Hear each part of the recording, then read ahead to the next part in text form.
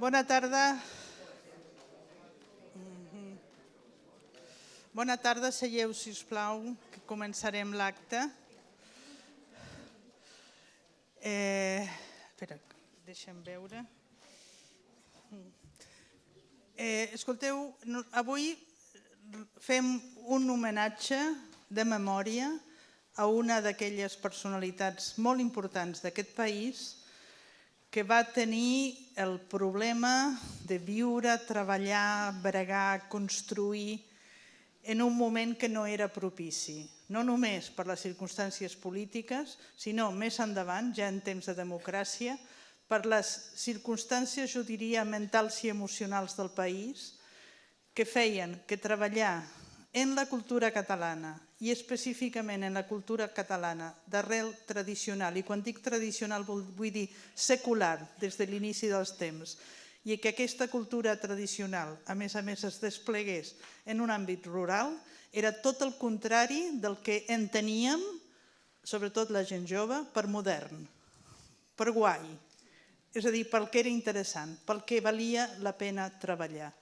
Llavors va ser sempre un home convençut, fidelíssim a la seva pròpia convicció, que anava fent perquè devia pensar, segurament va pensar, que en algun moment li arribaria el reconeixement que es mereixia la seva tasca infatigable. És a dir, va omplir uns forats que si no els hagués omplert ell, en aquest moment seria pràcticament impossible anar-los a buscar perquè se n'ha perdut la traça.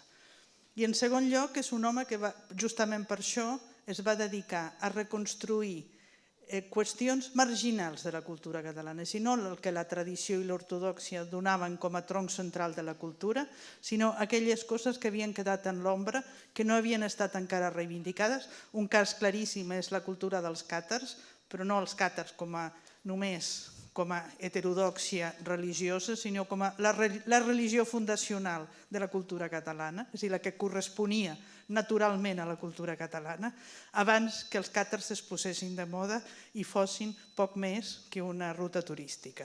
És a dir, era un home que anava a l'essència, una essència que en aquell moment no estava de moda, però ell no era un home de modes, era un home de treball seriós. Per tant, com a vicepresidenta de l'Ateneu, estic absolutament encantada que la memòria de l'Esteve Albert ompli aquesta sala. Jo faré de moderador de l'acte, només volia dir això. Ara li passo la paraula un momentet al senyor Lluís Puig, director general de Política Cultural Popular. Cultural Popular, o sigui, director general de Cultura Popular de la Generalitat, que donarà la benvinguda a l'acte.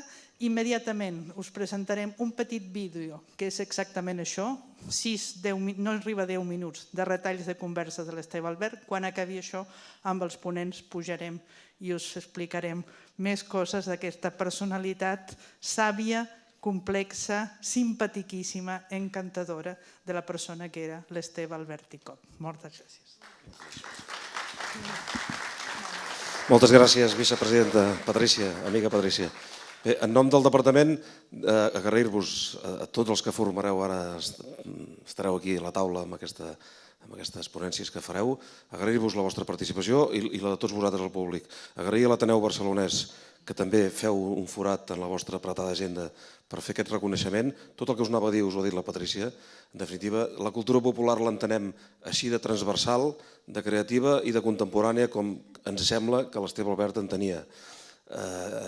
Aquí veiem cares del Maresme i de l'Empordà, de l'Escala i de l'Urgell i de tot arreu.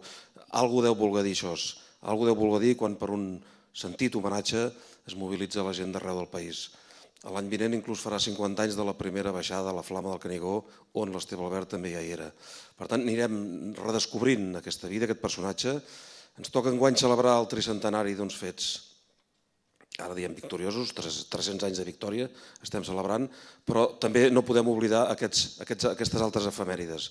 Per tant, important que en aquests moments reconeguem aquesta important tasca literària, poètica, història, de cultura popular, de pessebres vivents, d'obres teatrals, etc., perquè en definitiva no fan altra cosa que ajudar-nos a conèixer-nos millor i per tant a projectar-nos millor cap endavant. No seré jo el primer que dirà que mirant enrere ens afiancem més fortament per mirar cap al futur. I en aquests moments que tots estem mirant endavant, cap on volem que vagi el nostre país, és important saber els passos donats fins ara. Per tant, moltes gràcies a tots, no m'allargo, i us desitjo que tingueu una boníssima vesprada escoltant coses agradables. Moltes gràcies. Santi Vilanova, periodista, us presentarà el vídeo. Bona nit. La primavera del 93 vaig fer algunes excursions amb l'Esteve Albert per la Segarra i per l'Empordà. I d'aquestes converses he fet uns retalls molt breus, brevíssims, simplement per definir la personalitat d'aquesta entranyable patriota que era l'Esteve Albert. Un gran apassionat de la història, de l'antropologia, del turisme, en fi, de la defensa del territori. I crec que és una manera de començar el col·loqui i passar aquest vídeo que l'he fet en carinyo, que és un petit homenatge d'unes gravacions que vaig fer en un vídeo domèstic, però crec que defineixen molt bé la personalitat de l'Esteve Albert. Moltes gràcies.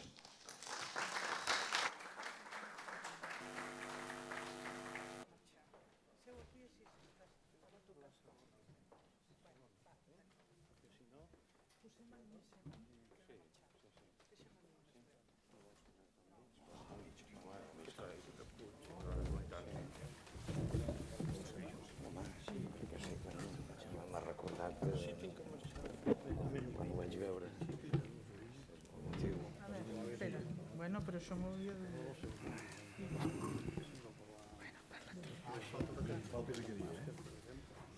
Parla tu. Bé, s'estem... Bueno.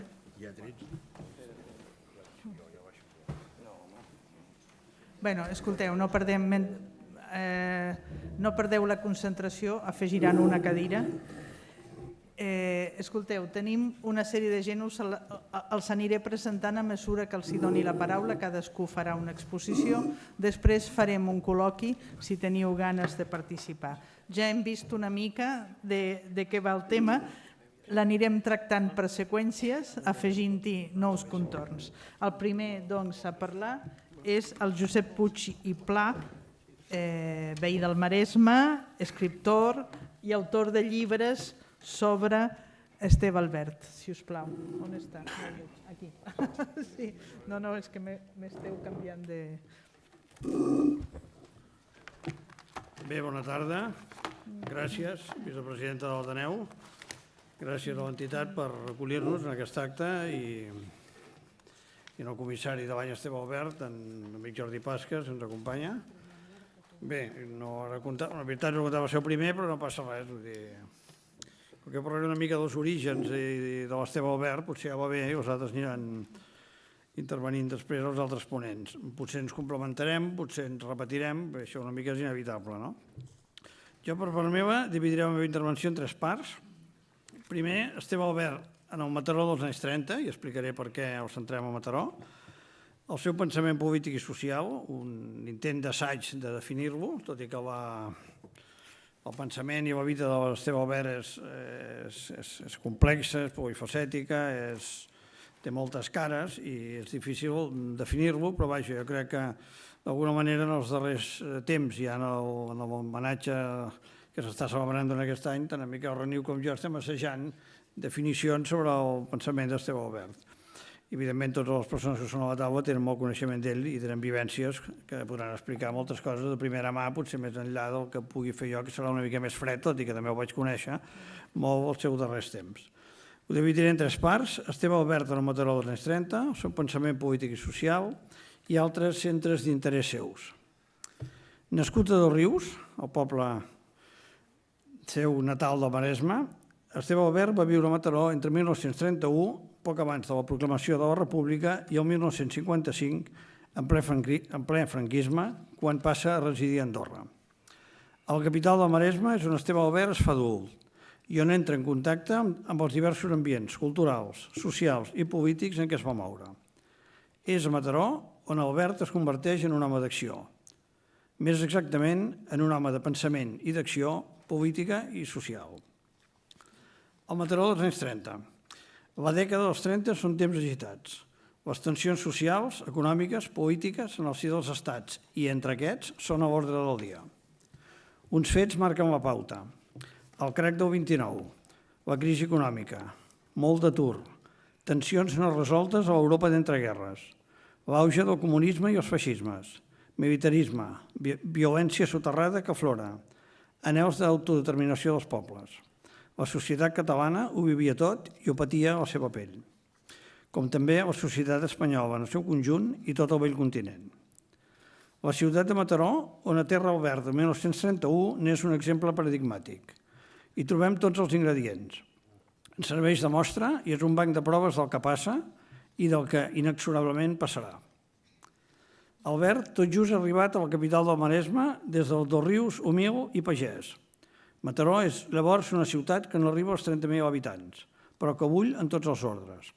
Una ciutat industrial i amb molta vida en tots els aspectes. El jove Albert és al mig d'un escenari vital en moviment continu, que arrossega tot el que troba. Ell es deixa endur, s'hi submergeix de ple. Pren partit. Per ser exactes, en pren més d'un perquè és transversal i eclèctic i esdevé protagonista. Un protagonista més en aquesta ciutat en agitació, com dèiem. Ens ho explica en primera persona el llibre Quatre boigs de Mataró. Un llibre molt valorat a nivell històric per les aportacions que fa, sobretot dels anys 30 i dels fets d'octubre. Deia Albert en aquest llibre: l'any 1932 vaig desplegar una activitat desaforada i vaig començar a dur el ritme de treball excessiu que ha caracteritzat la meva insuportable manera de viure. Un voler acudir a tot arreu a tapar vies d'aigua, que generalment m'ha esqueixat dramàticament. Més encara, fets en què ell participa, i ho vaig dir en pinzellades ràpides, s'implica en les armes en els fets del 6 d'octubre del 34. Fracassa el cop, com sabem, i se'n d'escapolir. A l'inici de la guerra i de la revolució de 1936, constitueix el Comitè de Salut Pública de Dosrius i Canyamàs, els dos pobles veïns, on evita desgràcies i impedeix qualsevol mort. Més tard, es lliura al salvament de religiosos i persones de dreta amenaçades, ajudant-les a amagar-se o a sortir del país. I durant la Segona Guerra Mundial ajuda jueus a fugir del nazisme en facilitar-los el pas de França cap a Espanya. Va ser un gran passador, que és el nom que tenen les persones que han fet aquesta activitat, tot i que el seu paper ha estat poc estudiat i reconegut fins ara. Lluís Racionero, que el tenim aquí a la taula, es va referir en aquest aspecte i altres a la seva novel·la L'últim càtar, si no estic mal fixat, on apareix el personatge de Teri Albret. No cal dir que, evidentment, està inspirat en el mateix Albert, inspirat clarament en ell, per tots els trets que en descriu. Potser ens en parlarà. Continuo. A Mataró i des de Mataró, Albert entrarà en contacte amb les persones més actives de tots els estaments, de l'àmbit local o del país. Personatges destacats a qui segueix de prop o de lluny, en sent parlar o hi té relació directa. Són futurs consellers, alcaldes o diputats, dirigents catòlics o sindicals, escriptors i periodistes. Alguns d'aquests personatges apareixen i són els protagonistes del llibre La memòria de l'Esteve Albert, editat l'any passat per Boiana Edicions, aquest exemplar que algunes persones han pogut veure a l'entrada, amb uns textos inèdits de l'Esteve Albert que hem tingut la sort de poder editar i jo mateix el goig de col·laborar-hi. Perdó. Dels personatges que tracten aquest llibre, els citaré, només de passada, es tracta del polític socialista Manuel Serra i Moret, el poeta i diplomàtic Josep Carner, el mecenes catalanista Fèlix Millet i Maristany, el sindicalista del sector moderat de la CNT Joan Peiró, el músic i pacifista Pau Casals, el canonge Carles Cardó i el catedràtic de Llengua i Literatura Catalanes Antoni Comas. Un conjunt variat i plural, que demostra la seva forma d'entendre la vida i també la política, amb un plantejament obert, si bé sense renunciar a les seves idees. Unes idees, les seves, radicals, sens dubte, a les quals no va renunciar mai, però cercant elements d'entesa i d'unitat. Albert es va fixar en aquests 7 personatges que he dit, retratats en aquest llibre, que tot i les seves diferències encarnen uns valors comuns i ens expliquen també com era el mateix Albert. Valors que trobem en aquests personatges: la coherència, el despreniment, el rigor, l'honestedat i el lliurament uns ideals. Personatges que són un exemple que van aportar la seva dedicació, el seu esforç i les seves capacitats al país, la majoria d'ells en temps ben difícils. No sé si era la intenció d'Albert en escriure aquests retrats,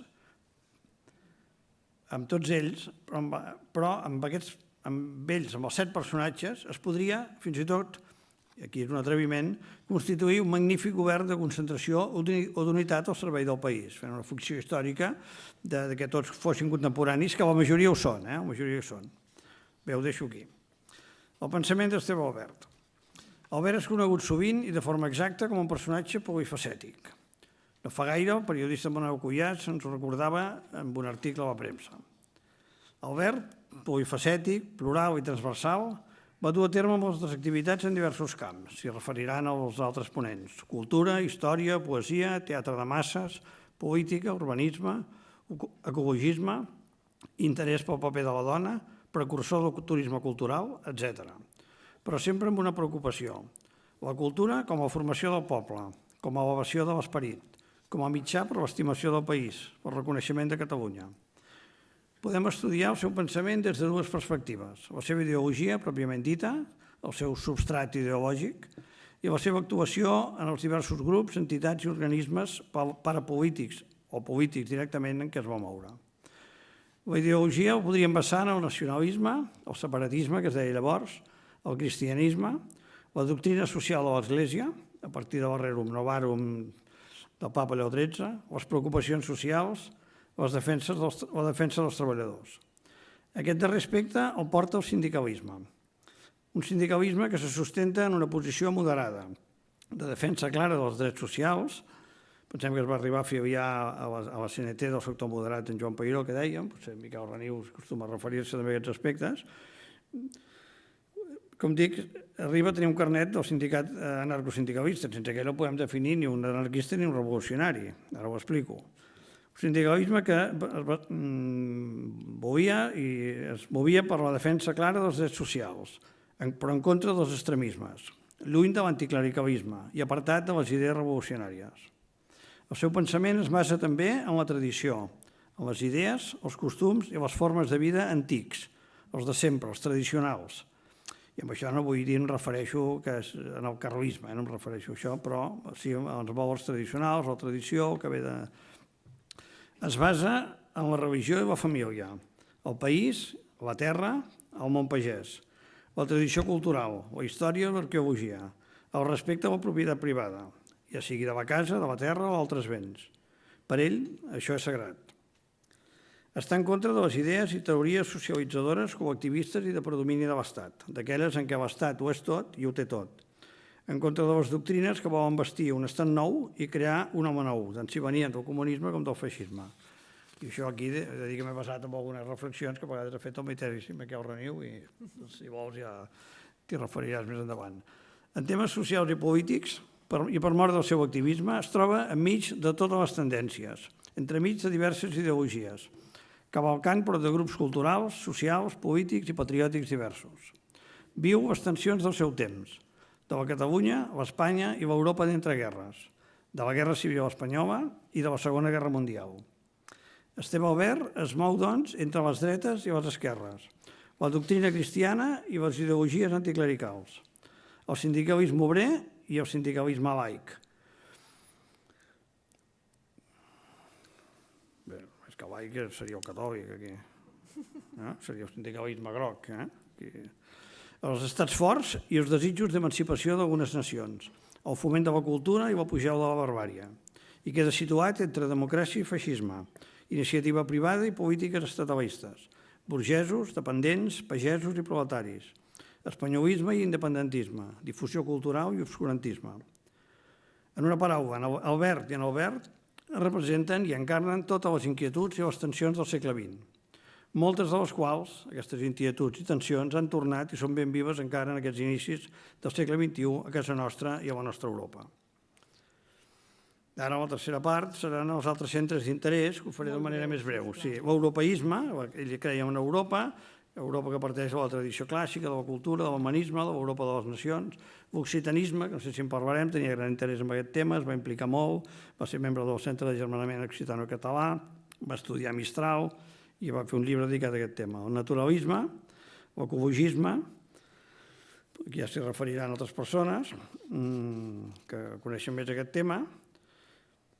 Ell era un ecologista de primera hora, abans de la lletra, que defensava l'agricultura ecològica, que pocs hi van fer cas en aquell moment, i va promoure promocions urbanístiques a l'aire lliure, però aquí m'agradaria que els amics, tant Santiago Vilanova com Xavier García, parlessin, perquè jo tinc algun dubte si de vegades això de fer aquestes promocions urbanístiques que ell feia, que ell tirava endavant, per exemple, unes en els entorns de Mataró, la carretera de la Cornisa del Maresme, relligant els pobles de dalt, travessant els valls i muntanyes, urbanitzacions de torres. Després, a Sant Vicenç de Montalt, un poble del Maresme que va estar molt lligat, va promoure dues promocions d'habitatge, en aquest cas més modest, que es van realitzar. Aquesta de Sant Vicenç complia una funció social. A través d'un patronat que es va crear, va proporcionar habitatge als joves del poble que havien de marxar. Jo la meva pregunta era una mica si a vegades aquestes construccions, aquestes urbanitzacions respectaven del tot el territori, o a vegades el podien malmetre, però era una altra manera d'aprofitar el territori, o era conscient que anàvem a fer les coses d'una altra manera que potser nosaltres les faríem pitjor. Amb aquestes construccions familiars, que algunes eren en forma de torre, un jardí, o cases més senzilles amb un pati, crec que d'alguna manera donava resposta al desig de progrés personal i responien al desig de millora social de molts ciutadans. Eren, d'alguna manera, la realització d'aquell somni català que va encarnar i popularitzar el president Macià, la seva coneguda divisa de la caseta i l'hortet. Aquestes cases feien possible unir 4 elements: l'habitatge, la família, la natura i la propietat, tot relligat, molt en la línia del pensament de l'Esteve Albert. Algunes de les seves realitzacions es van poder dur a terme, altres no, però la vida és així. Moltes gràcies. Molt bé.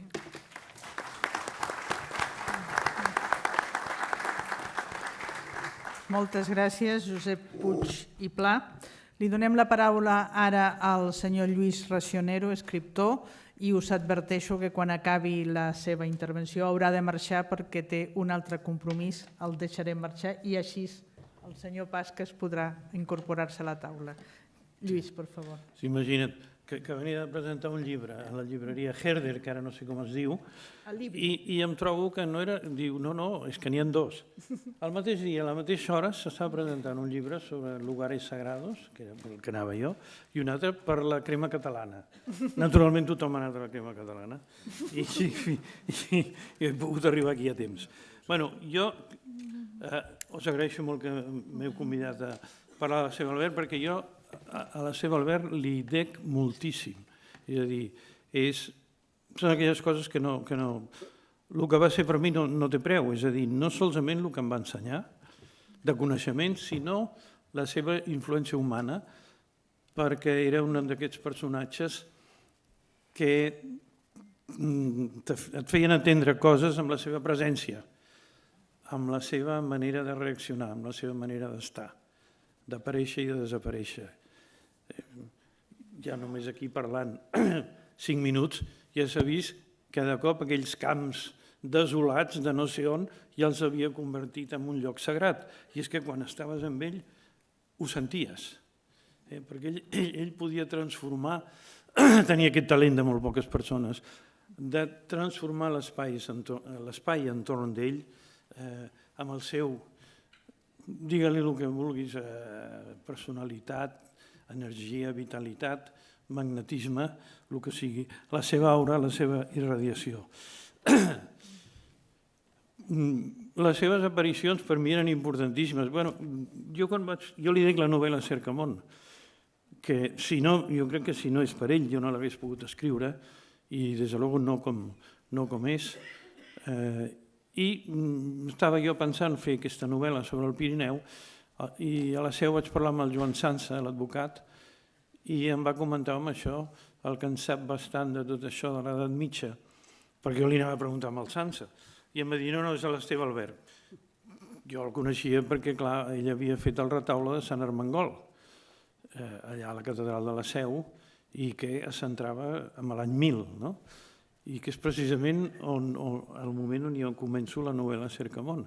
Segur que sense el retaule de Sant Armengol jo no hagués pogut, no hagués tingut la idea d'iniciar la novel·la en aquest moment crucial, el dia del canvi de l'any, de l'any 1000, deixant a part que l'any 1000 no sabien que estaven a l'any 1000 i que no hi havia diaris, ni hi havia ràdios, ni hi havia campanades, ni res de tot això, però diguéssim que la força mítica que ell va captar de l'instant aquest de l'any 1000 i que ho posa al retaule de Sant Armengol, que si els interessa a l'estiu, ara el poden anar a veure a la Seu d'Urgell perquè es fa cada setmana, el Joan Sança em va dir això ho tindries a parlar amb l'Albert. I jo, abans que jo el trobés, un bon dia truquen a la porta a casa meva, jo encara estava a Sant Martí d'Empúries, i em diu, soc l'Esteve Albert, i ens anem a passejar per allà a les ruïnes, i em va començar a explicar. Ell era, per mi, l'últim Quixot. És a dir, jo quan el veia, l'arquetip que a mi em representa l'Albert és Don Quixot, és a dir, és el Quixot. És el Quixot, perquè era absolutament quijotesco. I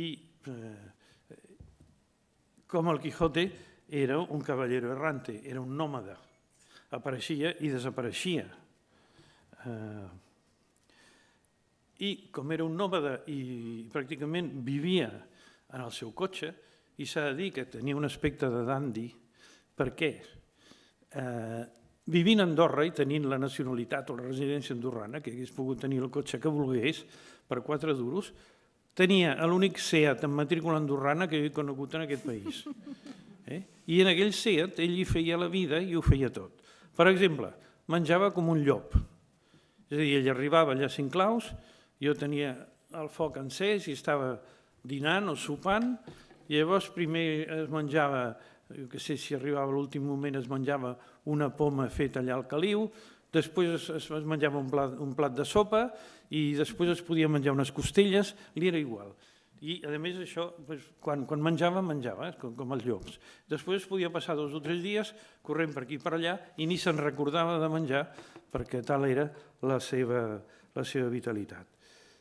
Ell feia unes aparicions i unes visites extraordinàries. Recordo un dia que m'estava jo aixecant del llit, estava esmorzant i de cop sento a la porta de la masia uns cants de trobadors, una música que de seguida vaig notar que era cants dels trobadors. I surto i me'l trobo amb ell, que estava a la porta del mas, amb una casseta així, que me l'havia engegat i, clar, sortien els cants dels trobadors. La manera d'arribar d'ell.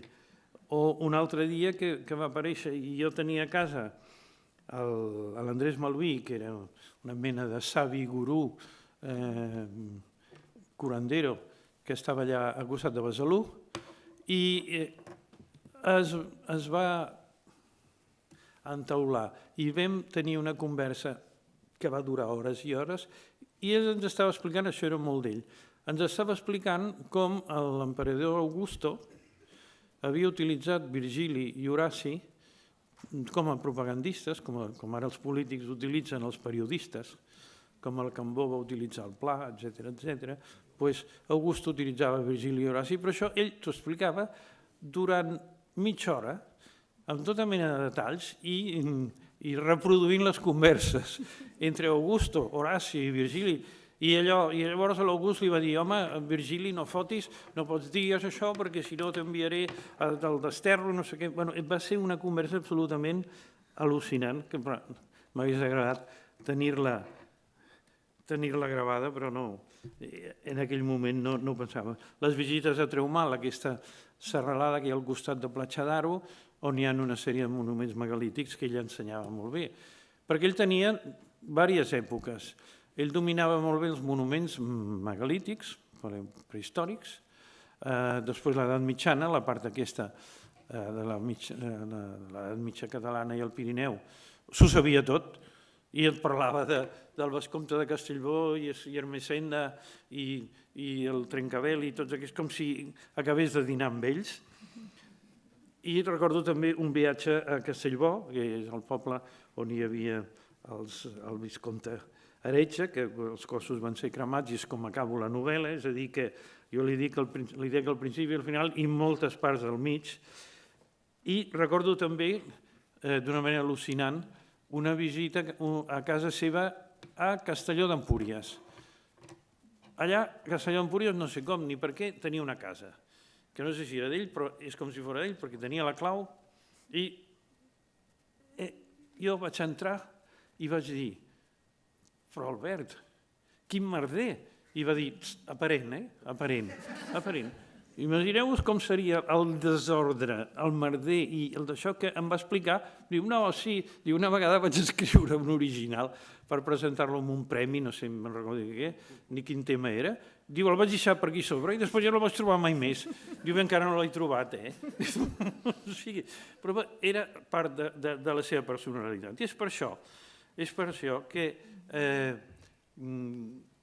jo crec que ell li era absolutament igual el reconeixement o no. Està molt bé que li fem un homenatge, dir que era un personatge extraordinari, és a dir, després hi ha un nivell, diguéssim, que seria el Pla i el Dalí, no? Però després, si no és en aquest nivell del Pla i Dalí, després immediatament jo hi posaria l'Esteve Albert com a personatge genial en tots els sentits. I per això, que tot això que feia, aquestes empreses quijotesques, i és com si ell considerés que era cosa seva. És a dir, si hi havia un problema del medi ambient, perquè era un ecologista total, que no me'n recordo el dia, allà al costat de Castellbó, que em va fer entendre que els homes primitius no són aquests salvatges carnívoros i assassins que ens posen les pel·lícules de Hollywood, sinó tot el contrari. Els salvatges i assassins són els de Hollywood, la gent d'ara de Hollywood i els anglesos que han escrit els llibres. Els homes primitius, ell deia, tenien una sensibilitat que podien posar una pedra basculant i aquesta pedra la feia moure el vent. Diu, imagina la sensibilitat que tenien, que podien agafar un pardal a la mà i sentir les seves vibracions i que es comunicaven amb tota la natura. Per tant, ell era un ecologista amb la letra absolut i que considerava que era quasi una qüestió personal, qualsevol cosa que li passés a la terra, al país. Per totes aquestes característiques, jo crec que amb ell està molt bé que li fem un homenatge, però ell mai va fer el que feia per tenir reconeixements o per aconseguir coses, sinó que ho feia perquè no podia fer-ho d'una altra manera, perquè no podia suportar no fer-ho, perquè es sentia responsable. Però és responsable de moltíssimes coses i de moltes parts del país, i això realment és admirable. I jo li vull rendir el més sentit tribut perquè per mi va ser un home que em va canviar la vida. Moltes gràcies.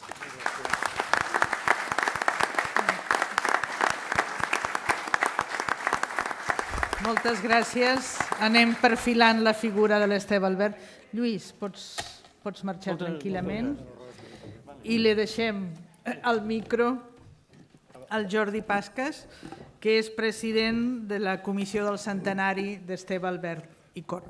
Gràcies. Bona nit, bona tarda. Abans que marxi en Ràcio, l'Albert sempre recordava les amanides de tomata a la seva casa de Cinclaus i totes les excursions que feien per allà a l'Empordà, com ha dit ben bé ell. Ali Racionero abans d'entrar garbellant tota la producció literària, que és un dels fets pels quals el recordem, per tot el que va deixar escrit, que té una obra importantíssima, tant de poesia com d'investigació com prosa.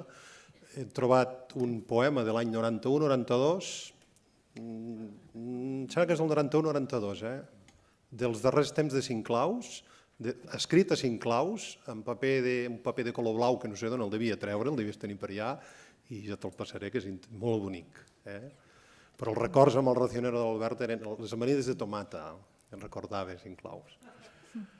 L'Albert, què fa mossèn Cinto quan arriba a les piràmides d'Egipte? Què fa quan arriba a les piràmides d'Egipte mossèn Cinto?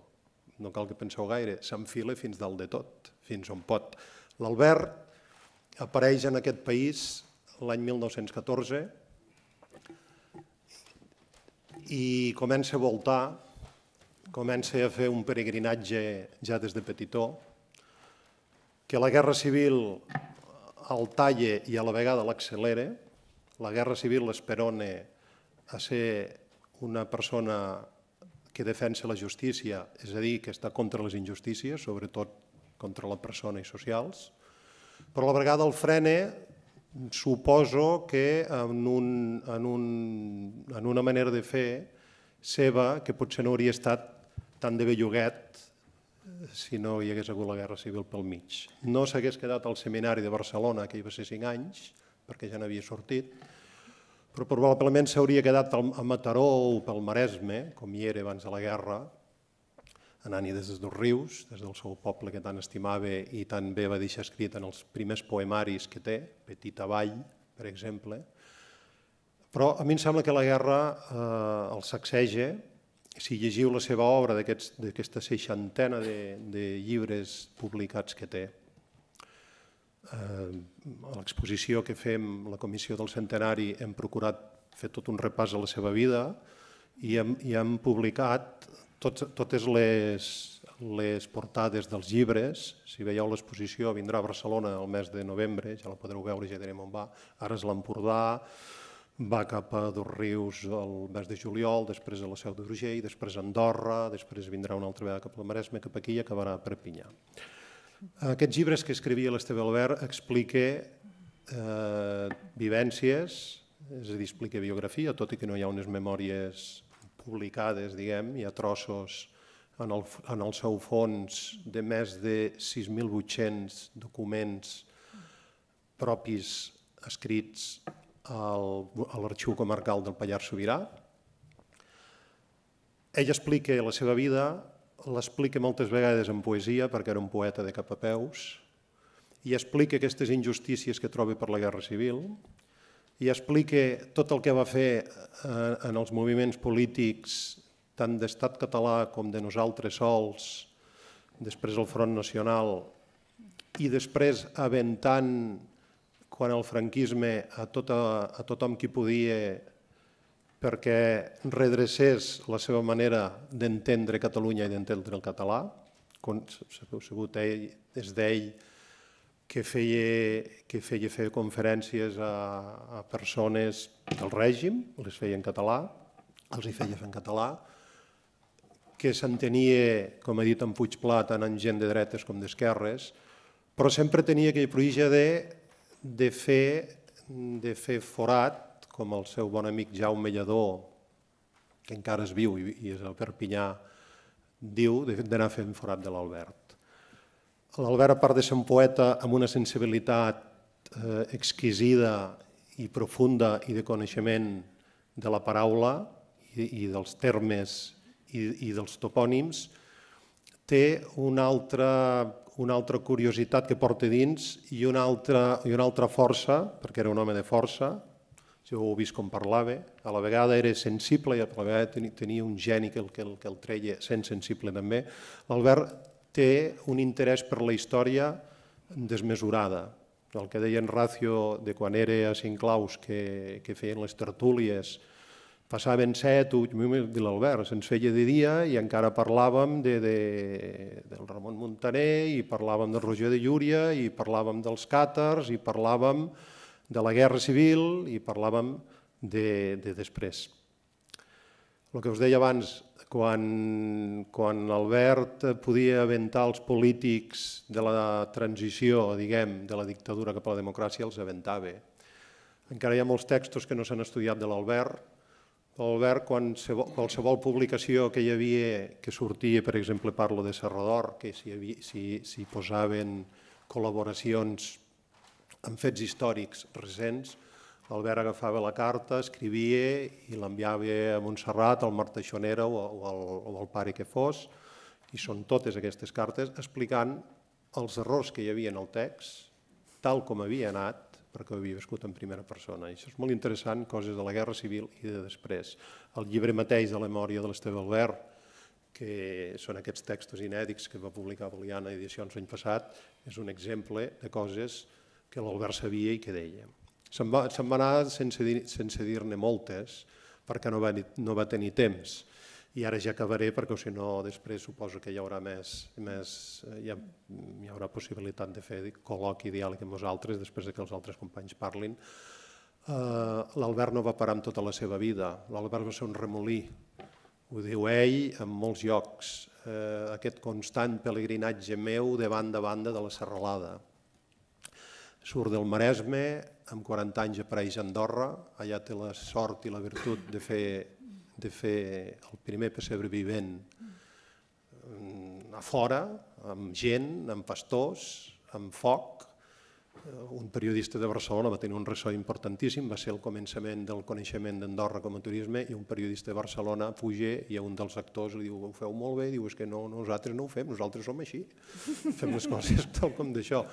L'Albert salta d'Andorra cap al Rosselló, a finals dels anys 50, just després d'Andorra. Allà té la sort de conèixer gent d'embranzida com en de l'Oncle, com en Gilbert Grau, com en Francesc Pujade, com tota aquella colla de gent que culturalment, el Marcel Durliat, per exemple, amb els estudis del romànic, l'Albert, al Rosselló, fa una feina importantíssima que és poc coneguda, i un dels motius del centenari és que surti la seva obra i que se'n parli, no només aquest any sinó endavant.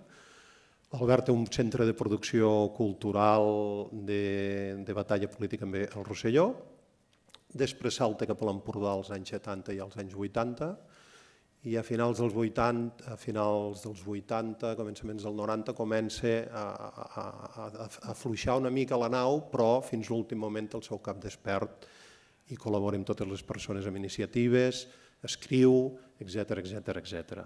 No parlo més, en Reniu es parlarà d'un aspecte molt important de l'Albert, que és aquesta producció literària, aquest sentit de l'escriure amb passió, amb sentiment i amb molta sensibilitat. Moltes gràcies. Gràcies.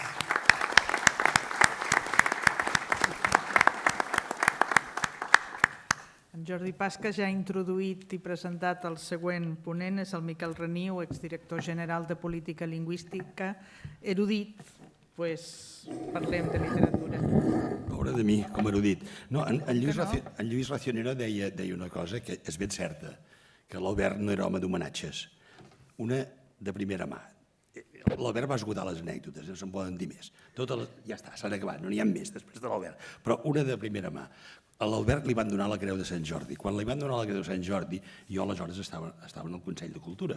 I per tant li van donar el conseller, els directors generals, i li vam explicar al conseller, diu: escolta, l'Albert és un home molt important, la Creu de Sant Jordi la té ben merescuda. I l'endemà em va trucar el conseller i em va dir, diu: escolta, Reniu, saps què ha passat? Li he dit a aquest senyor que li hem donat la Creu de Sant Jordi i diu que no la vol. Diu que el que voldria són diners per fer espectacles. I evidentment, en aquell moment, el conseller Guitart, escolta, va haver d'anar a Dosrius, va anar a Dosrius, l'Albert li va ensenyar aquelles pedres telúriques, el va fer passejar per sobre les pedres telúriques, el va fer descalçar, escolta, el va passejar per tots aquells indrets, i al final li van donar la Creu de Sant Jordi, però també li van donar alguna cosa pels seus espectacles. Per tant, que no era un home d'homenatges és ben cert. Mireu, jo penso que l'Albert és una de les persones més conegudes dels anys 40, 50 i fins al començament dels 60 als països catalans i a les terres occitanes. Deu ser dels més coneguts. Jo el vaig conèixer de la mà del meu pare, perquè el meu pare era amic íntim i incondicional de l'Esteve Albert. I de ben petit, de preadolescent, l'Albert a mi em va seduir. Jo quan veia aquell home amb aquelles cames tan llargues, que semblava aquelles figuretes etrusques, o aquelles figuretes que després va fer el Giacometti, l'escultor Giacometti, sempre amb una boina, un lligoi al coll, una bufanda al coll, una boina o una gorra al coll, que semblava, diguem-ne, un poètic romàntic irlandès, o que semblava un guerriller de l'Ira, i que era guerriller del Front Nacional de Catalunya, diguem-ho tot. Per tant, ja quadraven bé les coses, a mi sempre m'havia seduït. I clar, com que tenia l'ocasió d'anar de la mà del meu pare també a les tertúlies que feien amb els amics de Mataró, amb el Ponsola, amb Maria Ribes, tota aquesta gent, tot aquest entorn de Mataró, en el qual també venien en Joan Triadú, en Joan Maria de Casacoberta, etc. I van fer una cosa curiosíssima.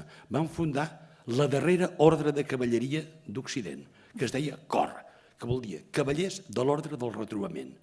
I eren els cavallers que havien perdut la darrera contesa, que havien sortit derrotats al front i a la rereguarda, a tot arreu. I per tant es van trobar i van dir hem de refer les coses. I això hi ha molts poemes de l'Esteve Albert que en parla de refer les coses. Fixeu-vos, hi ha una cosa que diu Camí de retorn, hi ha un poema sense data que diu Camí de retorn, que diu tornem exhaust del tragí de la vida que ens ha fornit l'oripell de la ciutat. Duem a Ilàs la ominosa ferida que l'os jovenança ha dalmat. Prou guarirem la modesta alegria d'aparellar, prou gaudirem la modesta alegria d'aparellar cada cosa al seu lloc. Per tant, un retorn ben adolorit, i això és el que feien aquests del cor. Jo hi anava allà i de la mà de la seva filla, la Rita, que era una noia molt maca, escoltàvem el que deia aquesta gent, que recitaven, l'Elisard Sala feia música, en Tutó tocava el violí, venien Triadú i els deia coses, fantàstic. I aquest entorn és el que va fer moltíssimes coses en el meu poble. Jo soc de Mataró, soc del poble dels que diuen el Cap Gros. Per tant, aquests són els meus records, diguem-ne, de joventut de l'Esteve Albert. I recordaré sempre que de nit, de vegades, amb el meu pare venien a casa i començaven a amagar paquets a sota el llit o en el cobert de casa. Jo, evidentment, després me n'anava a mirar què eren aquells paquets. I llavors aquells paquets eren els pamflets del Front Nacional de Catalunya, el Per Catalunya i tota aquesta sèrie de pamflets, que és el que estaven fent en aquell moment ells, estaven treballant aquestes coses, estaven a la pura clandestinitat.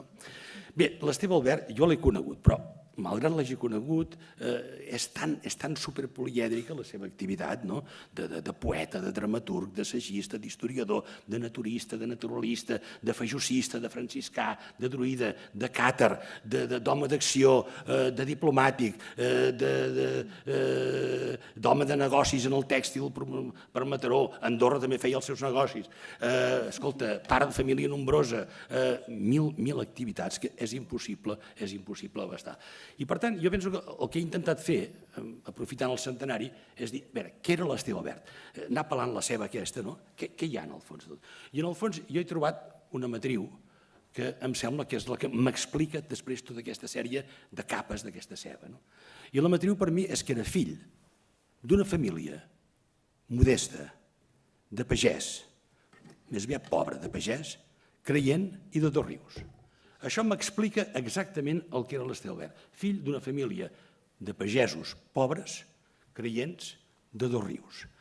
Clar, a partir d'aquí, aleshores, entens una mica l'Esteve Albert. I afegeixes en aquesta matriu el seu pas pel seminari, contactes amb la cultura clàssica, els clàssics, que va després, diguem-ne, ell també adaptar amb algunes de les seves obres dramàtiques, a la lectura dels noucentistes, i afegeixes aquí a les seves amistats culturals i tens una mica aquesta matriu ben treballada. Per tant, per mi, ell era un home de pagès.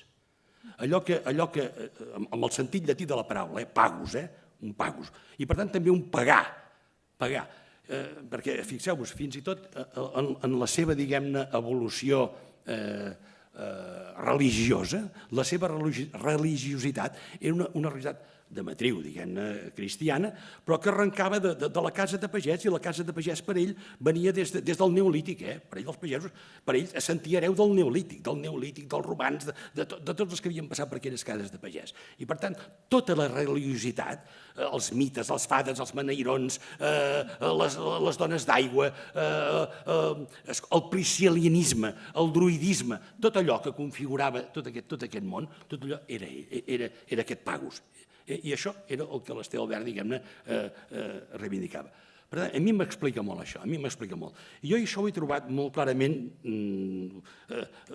Volia dir una cosa, volia dir que és home de moltes activitats, però de moltes activitats ben fetes, I només em voldria referir, perquè hi ha una vessant molt important en la seva producció, que és la dramatúrgia. Ell va ser un home de teatre, l'Esteve Albert, va portar molta gent al teatre, que la gent no sortia ni de casa ni per anar enlloc. En un moment en què en Ricard Salvat, que l'admirava l'Esteve Albert, deia, diu, en un moment en què en el Romea feien aquell teatre de barretina i espardenya, perquè el règim volia que fessin aquest teatre de barretina i espardenya, i que no tenia ni suc ni bruc, per deixar-lo ben ridiculitzat, diu, l'Esteve Albert portava a la gent al teatre a veure un altre teatre, el teatre de la seva Medea, de les seves dones de Troia, que en Ricard Salvat li va dirigir el cúpula del Coliseum. L'admirava, era una altra cosa. Això ho feia molt ben fet l'Esteve Albert, tot el que feia. Però jo allà on he trobat que l'Esteve Albert excel·leix és en la poesia. Jo trobo que sobretot l'Esteve Albert és un gran poeta, és un molt bon poeta, i no un poeta de segona, no, un poeta de debò, un poeta de primera. Mireu,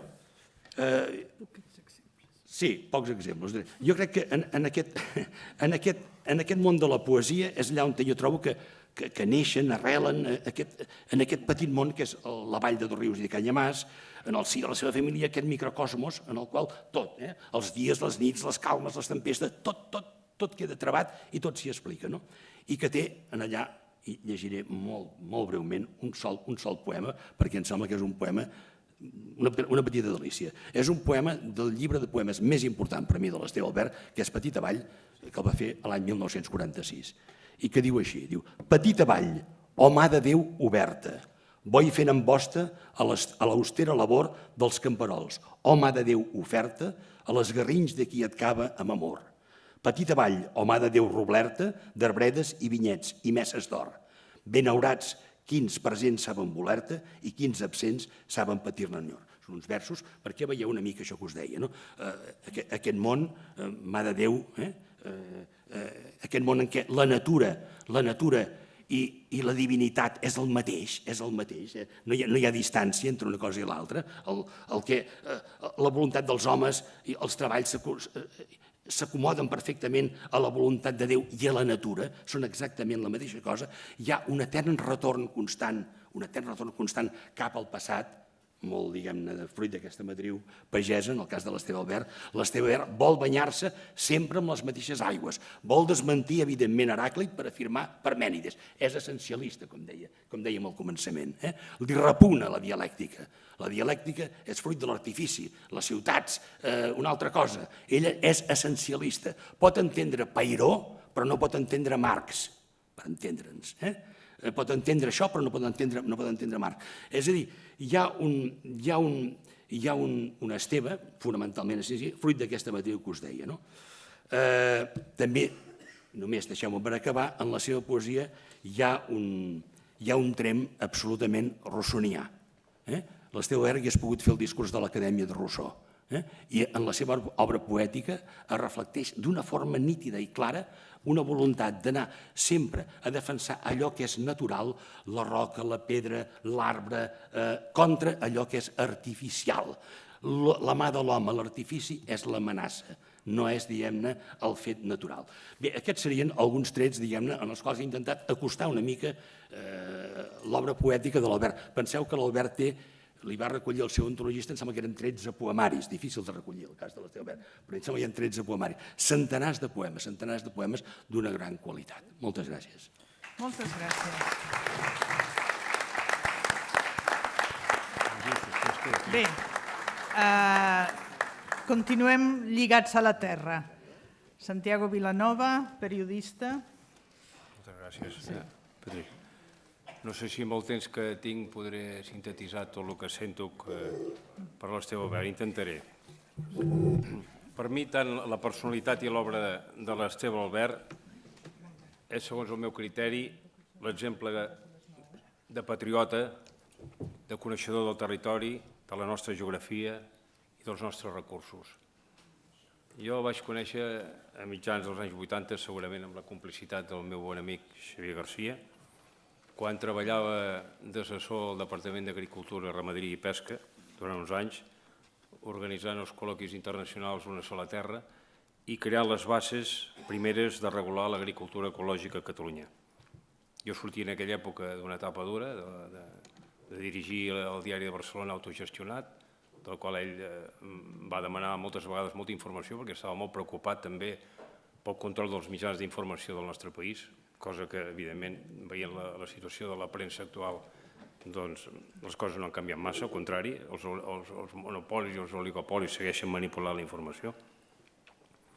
L'Esteve Albert va venir a veure'm al despatx per explicar-me el seu projecte de recuperar la vida pagesa mitjançant les tècniques ambientals per motivar, sobretot, els joves camperols, els joves agricultors, a la pràctica dels cultius biològics i utilitzant les energies renovables.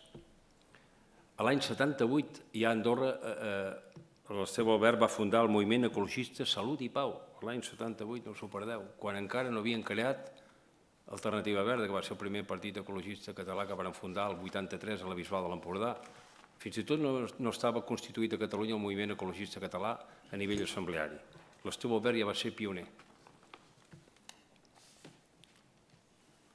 Jo vaig fer un article, quan el vaig conèixer, al Punt, i el qualificava, quan el vaig conèixer, era un personatge alt i prim, coll d'espàrrec, nas llarg i ulls clars i brillants, apassionat, frenètic, d'una temperatura dialèctica elevadíssima, gens ombrejat i esquiu. Vaig quedar impressionat pel seu historial d'activista, home de tots els oficis rurals, poeta, dramaturg i extraordinari correcamins, efectivament. Esteve Albert va ser, efectivament, un viatger infatigable per totes les comarques de la Catalunya Vella i de la Catalunya del Nord, i no hi havia festa popular que no s'hi veiés moltes vegades mal aparcat, més aviat sempre mal aparcat, el seu 2 cavalls Citroën. Arreu tenia un plat a taula i un bon llit, i arreu també feia víctimes i còmplices de les seves iniciatives. Coneixedor de la història de Catalunya com ningú i de la cultura pirinenca, les complementava amb una gran informació de tipus geològic, antropològic i naturalista, cosa que molts historiadors del nostre país no solen incorporar, aquests nous valors.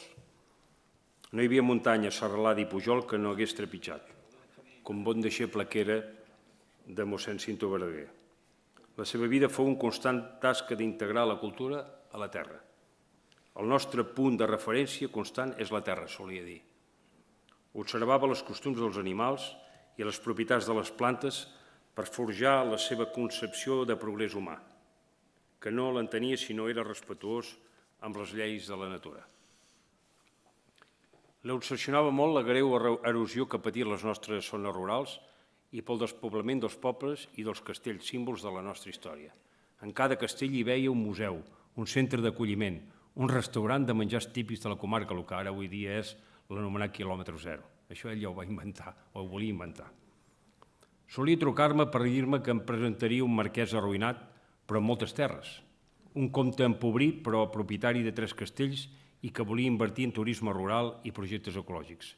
Mai, però, trobaven financers o banquers per començar a treballar-hi. I així la història es repetia de forma cada cop més dramàtica i alhora divertida. Tenia localitzades terres i castells d'arreu, de l'Urgellet, el Segarra, la Plana de Vic, Lluçanès, la Noia i el Maresme. Quan en un dels seus projectes no trobava el suport i l'entusiasme suficients, tocava ràpidament el pirandó. Respecte al que deia el company, estava obsessionat per l'arquitectura i per l'urbanisme, però buscava arquitectes que poguessin adequar aquesta arquitectura, fer una arquitectura dels pobres, una arquitectura humil i eficient. I en aquest sentit va arribar a localitzar un arquitecte que ara treballa a Andalusia, que era Moisés Álvarez, un dels primers pioners de l'arquitectura bioclimàtica, que no va poder mai realitzar cap dels projectes perquè l'Esteve Albert no va trobar el suport, però volia que aquesta arquitectura s'apliqués a la llar dels avis, en les escoles de pagès, als museus etnogràfics, volia introduir el concepte de l'arquitectura bioclimàtica i tenia com a líder amb aquest arquitecte Moisés Álvarez, que per cert que avui no ha pogut estar aquí a aquesta taula, però que ens envia a tots un cordial salutació. Esteve Albert era a vegades un home malhumorat, de caràcter inflamable, amb fuetades de mal geni, especialment quan el seu interlocutor mostrava desconeixements espectaculars de la història de Catalunya i de la geografia del país, i no resistia a polítics nacionalistes amb aquestes deficiències. Vaig veure i viure escenes còmiques quan s'emprenyava i començava a interrogar els que l'acompanyaven, fossin alts càrrecs, personalitats o veïns d'un poblet. Jo, que també anava a peix en molts temes, per fer-me respectar, optava per portar-lo al meu terreny, l'ecologisme. Llavors m'escoltava atentament. Tu tens que parlar amb aquest o amb aquest altre, em deia. Generalment eren homes de poder i alts càrrecs polítics els que m'encarregava de seduir a favor dels seus projectes. Els records més vius que tinc d'ell són el castell santuari de Gallifa, amb el mossèn Dalmau, era molt amic de mossèn Dalmau, sota l'advocació de la Mare de Déu de l'Ecologia. A Lledó, de l'Empordà, i a Vilavenut, remenant pedres dels que ell documentava que eren ruïnes celtes. El castell renaixentista d'Aranyó, on que Manuel de Pedrola era nebot dels propietaris del castell, visitant les banys druides i agafant mostres d'una argila miraculosa. Recordo aquell dia que ens acompanyava el periodista Jordi Maluquer, crític musical i exdirector del diari Avui. L'Esteve ens va fer visitar també unes roques amb sepultures excavades i unes cavitats quadrangulars al tall vertical, conegudes com les arnes columbaris sepulcrals d'origen romà. I també ens va portar al castell de Montcortès de Segarra dels Àusies Mar. Un altre viatge va ser a la seva vila nadiua, on amb el suport del marquès de Dosrius intentava endegar una residència per la tercera edat. Malauradament, quan vaig assistir a la seva obra bandera de Catalunya, a Bellcaire, l'Esteve ja havia traspassat.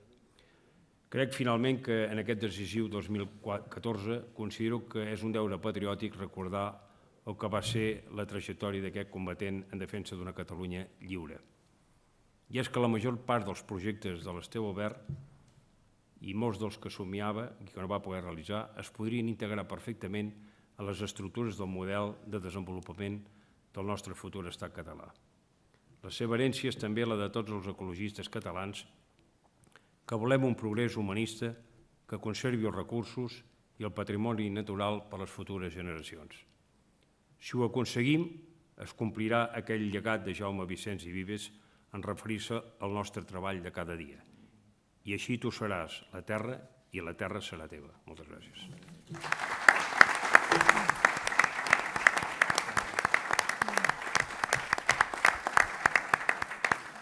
Per tancar la memòria d'Esteve Albert i, per tant, projectar-la al futur, ens parlarà Xavier Garcia, que és periodista, és biògraf de l'Esteve Albert i és l'organitzador d'aquest acte.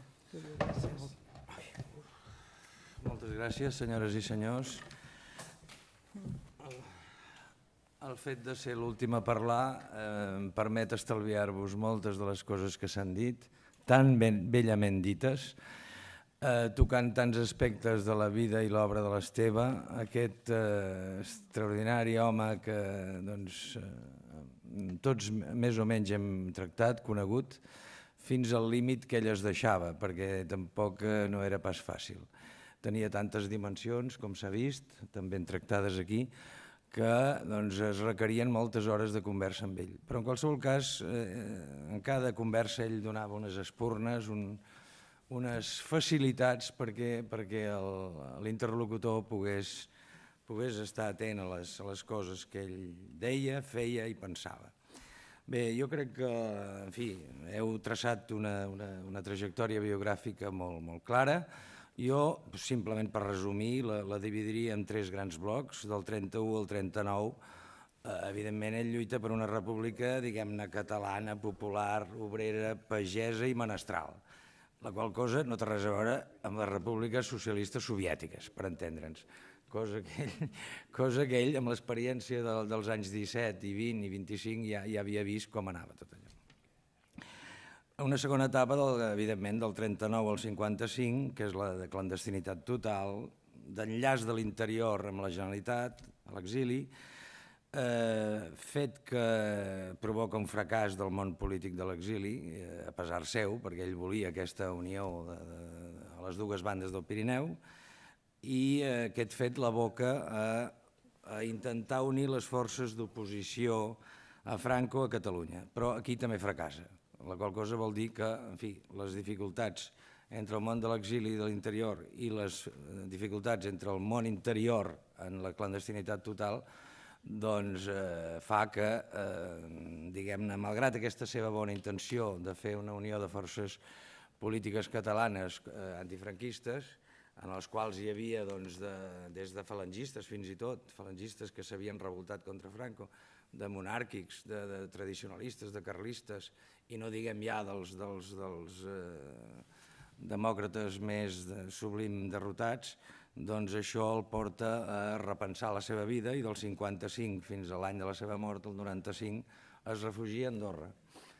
Allí, diguem-ne, des de les altures de les muntanyes, ell jo crec que inicia la gran epopeia pirinenca a banda i banda de la gran serralada, d'Occitània al Pallars, de nord a sud, i d'oest a est, de l'Alt Empordà i el Rosselló, el País Basc francès i espanyol. Tot aquest gran quadrant de la nostra geografia de natalici, de la nostra geografia natal, ell se'l passeja, se l'estudia, parla amb tothom i de fet esdevé, podríem dir, en fi, l'home que vehicula i articula aquella societat absolutament desfeta per la guerra i la postguerra. I en aquest sentit, esclar, va conèixer milers i milers de persones que, evidentment, ara, amb motiu d'aquest any del centenari, el recorden, el recordem, i amb la perspectiva dels gairebé 20 anys de la seva mort veiem el conjunt de la seva trajectòria, no? Podem tenir una idea més completa del que va arribar a fer aquest home, no? Pràcticament en solitari, per bé que va saber captar la col·laboració de molta gent, però totes les seves iniciatives partien d'un impuls solitari. Jo crec que va estar per tot i amb tothom, i aquesta també és una aportació nova per quan els promotors culturals i polítics de l'època eren gent més aviat de partit, de nucli, de capelleta, de petit comitè central o de gran comitè central.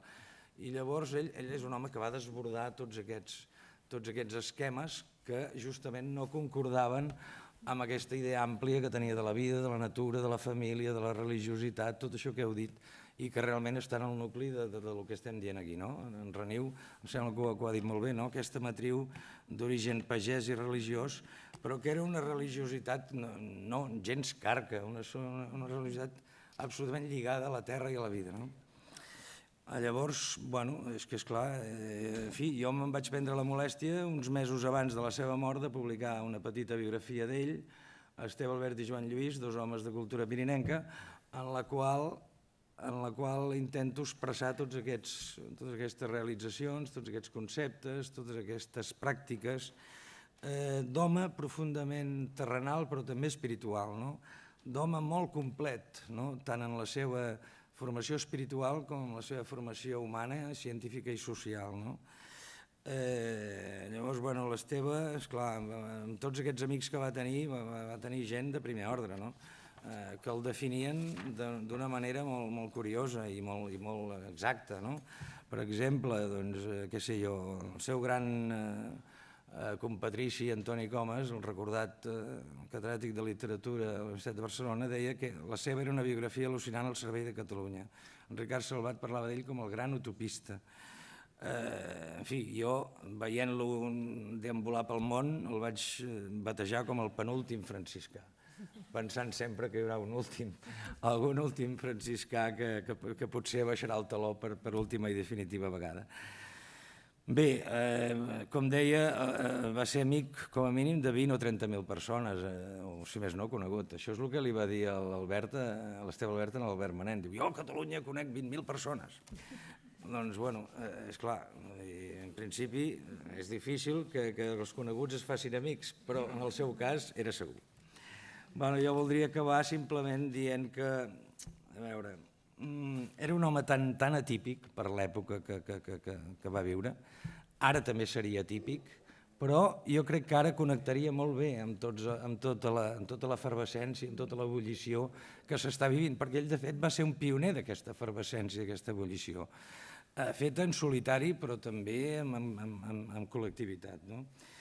I aquí jo crec que la seva, després de les grans batalles polítiques i de resistència, als anys 30, 40 i 50, que són molts anys, jo crec que el fet d'instal·lar-se a Andorra a la meitat dels anys 50 va ser per ell la salvació, en definitiva, perquè ell veia que el món de la gran ciutat cada vegada es feia més gran, cada vegada més incontrolable, cada vegada més deshumanitzada.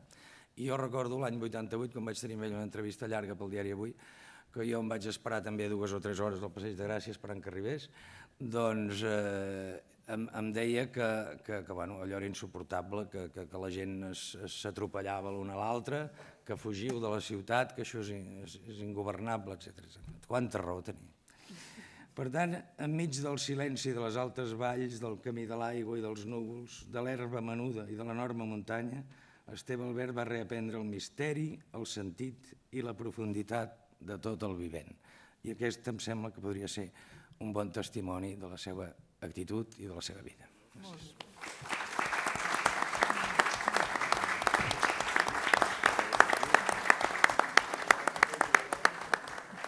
Senyors, senyores, xerrant i realment les aportacions han estat molt importants. Hem arribat a les 9 de la nit. Jo us havia promès, és l'hora que tanquem els actes a l'Ateneu, però jo us havia promès un col·loqui. Si algú té moltes ganes de dir-hi un testimoni o el que sigui, té la paraula, però sapigueu que tenim molt poquet temps. I si no, amb tot el que hem dit, ens enduem al cor i sobretot en el coneixement la figura d'Esteve Albert i Corp. Però si podeu. Sí, endavant. Sí.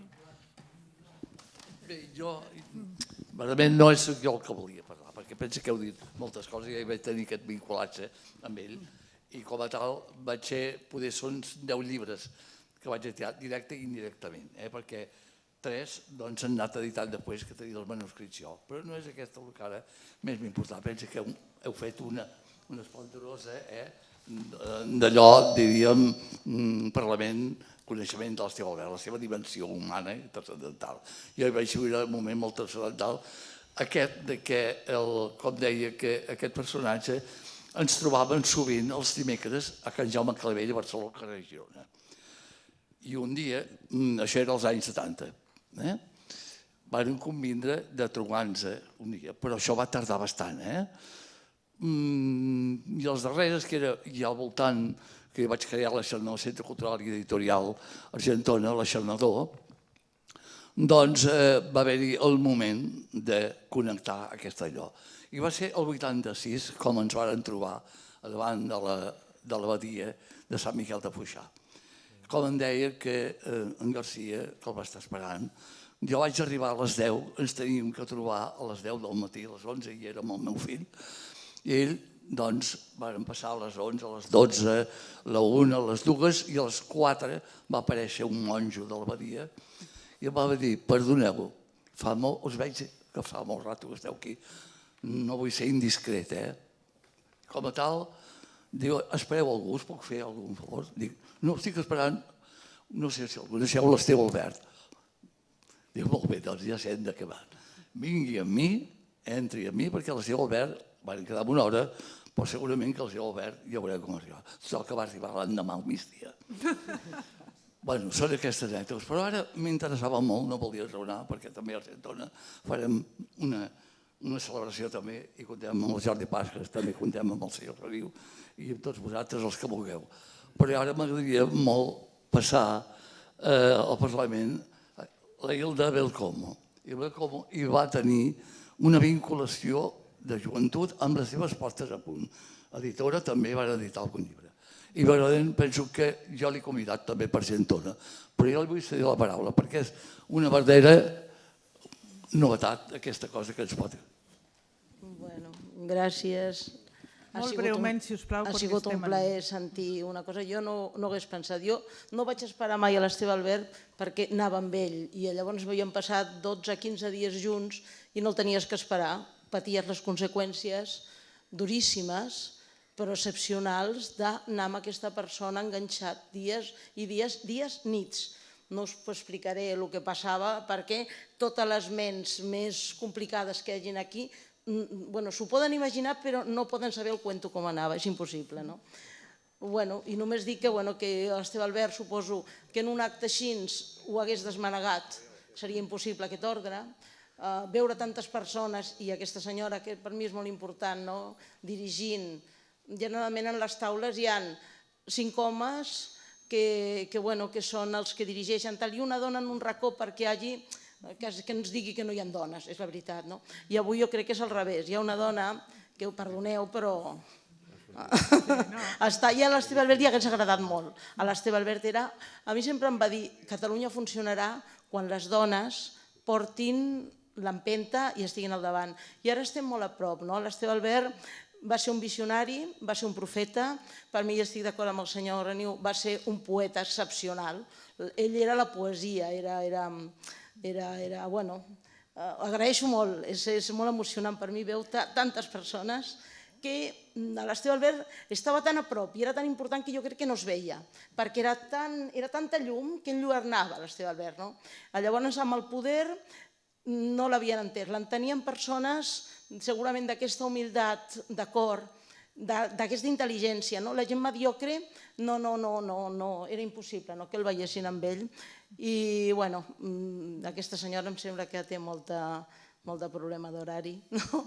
I per mi ha sigut excepcional. Dius que va ser fora de sèrie, que era un home que es reconeixerà, que el món va cap a ell, ell estava quiet i el món va allà o no hi haurà món. Si el món no va a la seva poesia, a la seva ecologia, als drets de les persones, ell mai va viure la geografia d'un estat, va viure el país dels cors, de les cultures, i ell passava la frontera per molts motius. Alguns ho podeu sospitar sense cap paper, però ell vivia a la Catalunya nord, sud, est i oest, als països catalans, va viure sempre ell.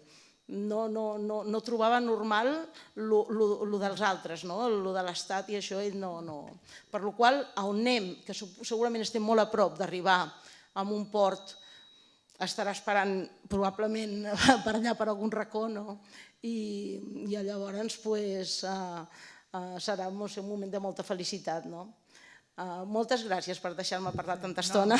No, escolta, jo mereixo un aplaudiment. Jo recupero les últimes paraules. Si el país no va cap a l'Esteve Albert, ens haurem equivocat de camí. Moltes gràcies pel testimoni. Gràcies a vosaltres tots per ser-hi aquí. Visca.